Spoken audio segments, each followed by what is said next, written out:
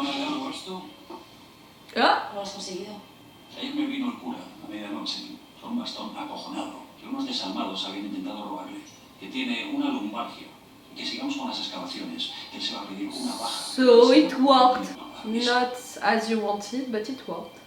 Así que ahora, la parte buena es que tenemos 7 días para hacer ese túnel. ¿Cómo estás? Bien. Necesitaba un chica de la arena. Hay 4.000 millones de hombres. Y tampoco es fácil conocer a uno. Del que quieres saber algo más. No sé, una vida que quieres explorar. Lo primero que me dices es que estás casada y lo segundo es que me quieres explorar. No me gustaría confundirte acerca de esa exploración. Puedo intentar explicártelo mejor. ¿Hasta qué día te quedas en París? When you want. Siento que sea tan poco tiempo. Ella me ha llamado. La mujer del pueblo. No te detengas ahora en esas milicias, Rui, por el amor de Dios.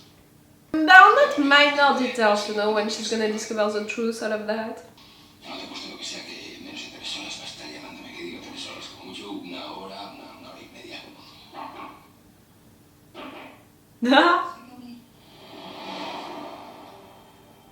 You can't open that door.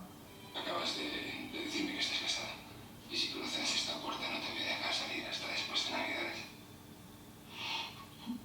Yo no quiero una historia menor. A psychopath! Like he's gonna kidnap her and all.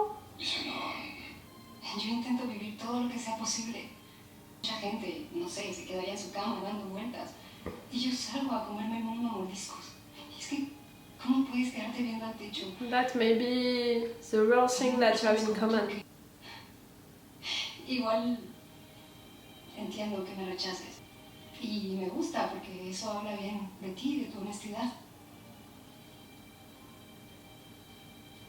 Oh wow. Ojalá volvamos a encontrarnos algún día. But I mean...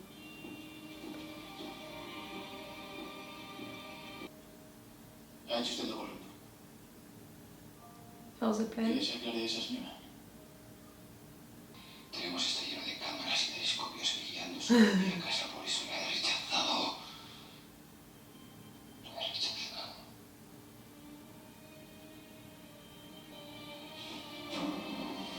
Oh, but I mean... Camille, espera.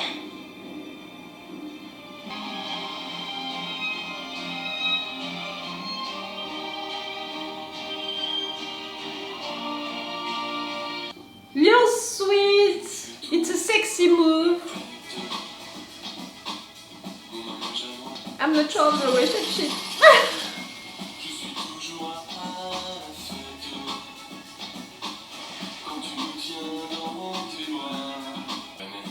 The first song, you know, of this episode, it was La Vie en Rose, and this one, it's Mon Manège à moi. Both classic songs, you know, but made in another way. Both Edith Piaf. ¿Te pasa algo? Pues la verdad es que sí. Y necesito hablarlo con alguien de mi mismo género. Los hombres, los que son inquietos, con buenas maneras, inteligentes, me gustan mucho y no soporto a esos vulgares que dicen piropos y guarrerías. So not Bruce. Ese sujeto zafio y despreciable y maleducado de alguna manera conectado con alguna parte de mi cerebro, de mi sistema nervioso, no sé, llámalo instinto. Oh my dear. Oh, you didn't guess? ¿Te gusta Bruce? No. ¿Te gusta Bruce? No, no me gusta para nada, no. No. Es que le veo ahí sucio y sudado y me entra pues como calores. You're hungry. Y me produce disnea respiratoria. Pero eso te ha pasado más veces, ¿no? Pues no así. You know, at the end, it's only the second episode, and I think that we had more than the half of each episode being about romantic relationships, more than really the plan, what is happening. La tirita del elástico blanco. Y ahora se me aparece todo el rato la marca Lobo. Un montón de veces repetida por todo el elástico. Lobo. Es que le huelo. Cuando se acerca, cuando pasa por delante, le huelo. You're sweet. Como a hombre. Como a rudo. Como a feromonas. Yo qué sé. Pero es que ahora pasa Bruce y... You're all psychopaths. Se le pegó mi toalla. Keila, La iba a echar a lavar con el resto de ropa sucia, pero es que me la quedé. Es que no sé ni lo que hago, Cameron, que es un impulso que es muy raro en mí, que no sé qué me pasa. ¿Qué problema hay en que te guste Bruce? Pues no sé, pues... Para empezar, que es un bebé. Tiene que 24 años y yo tengo 36. Ah. It's a lot, you know. Si te apetece darte un revolcón con él, hazlo. Y si ves que te va a traer problemas, no te metas. Que el sexo es muy divertido, pero el amor no tanto. Bueno, es una enfermedad con varias fases. Ansiedad por conseguirlo. Miedo de perderlo. What happened to you? Like, come on, that's it. Let's discover it. Pero ¿sabes qué es lo que yo hago? Cuando me rayo así mucho por algo. ¿Qué? Bailar. She's a cousin of Nairobi! She's a sister, come on! They're related. Pero bueno, música. Pero ya nos íbamos a dormir. No!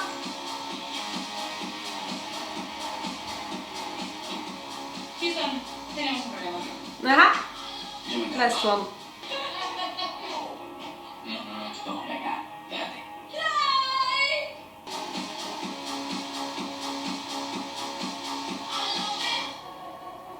You're sweet, the four of you. Tengo un poquito de ganas de... You're in hangover. ¡Hemos llegado! Terminaremos el túnel cuando lleguemos a un muro de ladrillo que nos llevará a nuestro objetivo. ¿Y qué es ese muro? Es el muro de contención del edificio. Lo romperemos para pasar a la mesa de subastas. Entraremos por detrás, por donde no nos esperan. Tu vois pas m'empêcher? Tu vois pêcher maintenant, avant de retourner par-dessous. Tu m'entends? T'es rat. Quoi? Pas d'hora. Llamará a su compañero. Eso es justo lo que necesitamos. Monte. Sans problème. Un problème? C'est quoi ton problème? Cuando el guardia abandone su puesto, He's será el French. segundo acto de nuestro espectáculo. Estamos listos. Tendremos entonces 3 minutos para ejecutar la acción. Es poco tiempo. Tú de riesgo yo veo emoción y adrenalina, querida Keila. Ya. En ese momento la luz será el bloque de hormigón con una pieza de muro. Y entraremos en la cámara. Las cámaras del circuito captarán nuestra visita. But no one is watching them. Y Bruce, On s'appelle notre champ pour te défendre. en el papel de fichero camorrista, se encargará de que los guardias nos vean. No, non ti tocando. Y sacarlos de sus casillas hasta que los tengas en la espoleta. Tranquille. Laisse-nous en faire. La antecámara es el lugar más seguro. Allí está el disco duro con todo el sistema de seguridad de la casa de subastas. Intervendré en las 4 cámaras que necesitamos. Recepción. Alors, vous allez pêcher? Payez, my dear, payez.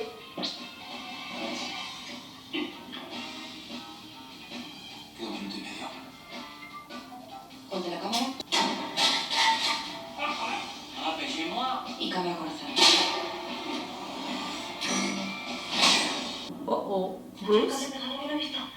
Acabas de cargarte todas las cámaras de seguridad. Cuando por fin te den el puñetazo que te mereces, morderás la pastillita efervescente y empezarás a echar espumarajos por la boca como una mala bestia. Imposible quemado. Un minuto. ¿Dónde está? Hay demasiados fusiles, no hay tiempo, hay que irse. Si salimos no nos pilla ninguno, no señales como muertos. 30 segundos. Come on, Keila.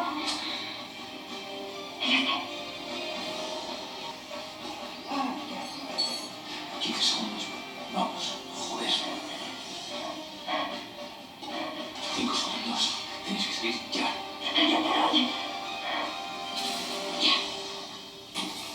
Una vez hayamos puenteado la señal de los monitores por el control remoto, tenéis que salir de la antecámara lo más rápidamente posible. ¡Sal!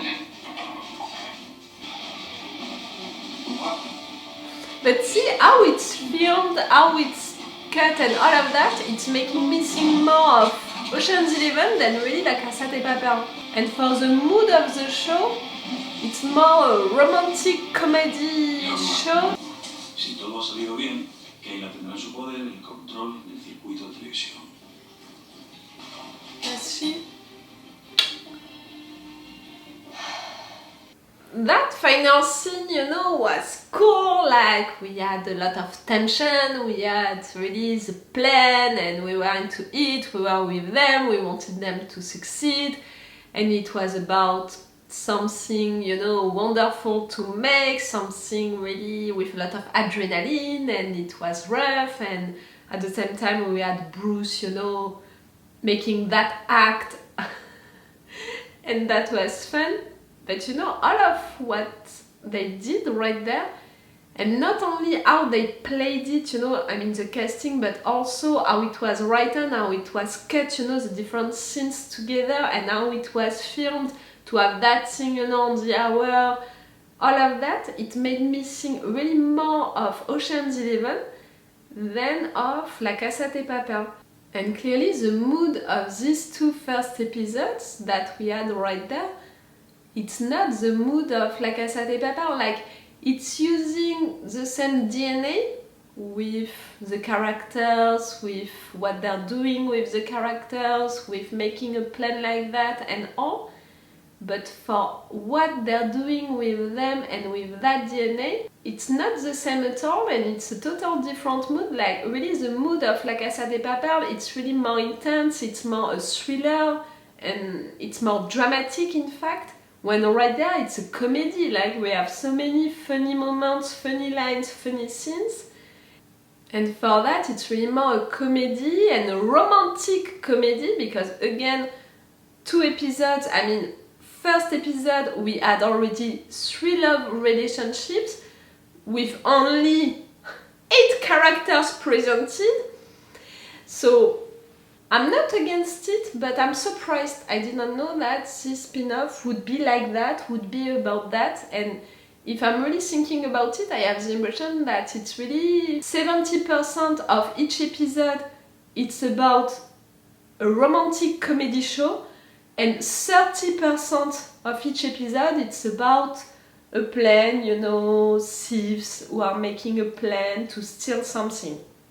But yes, because of that, you know, because of that balance between the scenes, which is not really equal, the mood is clearly not the same than for La Casa de Papel, just because of the fact that La Casa de Papel, it was dramatic, it was a thriller, it was intense, and you know, it was also related with the fact that they were into the bank, or they were into a closed space, and people were around them, and you know, because of that, each time they were that close to be caught, to be killed, when right there we don't feel the same intensity, and right there they're not in danger, not that much, we're not afraid for them. It's also because of that, so really the same DNA, but clearly not the same mood, and clearly not the same intention behind the camera, and I have the impression that it's not also the same references, you know, to make the show. Why not? I'm not against it, I'm just surprised. But yes, for me this is a romantic show, like I think that I'm gonna advise my mother, you know, to watch it. She's gonna love that kind of show, and she's gonna fall in love with Berlin. But for me it's more a romantic show, like 3 love relationships, we are spending time with each one of them, falling in love together, creating moments together. Again, I'm not against it, it's just not what I expected. And again, I prefer way more the potential love relationship between Bruce and Keila than the 2 other ones, because Berlin with Camille, nothing is real, like their feelings during these moments are real, but Berlin is not presenting himself as himself, you know, like he lied about his name, he lied about his intentions, he stalked her, he followed her, he learned information about her just to manipulate her and just to make her fall in love with him. The only thing, you know, that they truly share together is the fact that they want to do spontaneous stuff, you know, into their life. They want to live their life fully into the present time, you know, they don't want to make plans and all of that. And that's the thing that they have in common, truly. But except for that, you know, even what she said about her life, what she loved to do, you know, when they were into that club, clearly it was everything that Berlin can't do, you know, like he's not like that. So in a way she was telling him that they are not into the same world at all, and he's so blind, he's so in love that he couldn't see it. And yes, I'm like, okay, that's sweet to have the two of you together, and clearly we can see that you have true feelings for each other, but nothing is true in your relationship, in your meeting, in the two of you meeting, in the two of you falling in love. So if nothing is true into the fact that you fall in love, your love, is it true or not? You know, that's a real question at the end of things, and maybe this show is gonna answer by yes, it's true, because at the end the feelings are true no matter what, and it can be great, you know, to have that answer. But you're not gonna make me forget that he's a stalker, he's a psychopath, he manipulated her, and no! You can't seduce women like that. Again, I love you, my dear, but you're a psychopath. And it's a little the same for Keila, you know. Like, clearly, I love her already. I think that she's gonna be my favorite character. But to act like that around someone, you're a little psychopath, my dear. You kept that dirty thing, you know, and you're obsessed by his mouth that much. At least, you know, it's not like Berlin, you didn't manipulate anyone, you didn't lie to anyone, and it's only happening into your brain, you know, all of these psycho things, so that's better. The other relationship, you know, Roi and Cameron, right there, this opening scene, you know, with the two of them, with the priest, that was fun. We had a lot of cliche things into it, you know, against French people, but I'm not mad at it because really we are so used to it, to have that kind of cliches into movies, into shows. I'm not mad at it, and at least for these moments they hired real French people, when really almost all of the French people, French roles, you know, that they have into this show, all of them are played by non-French people.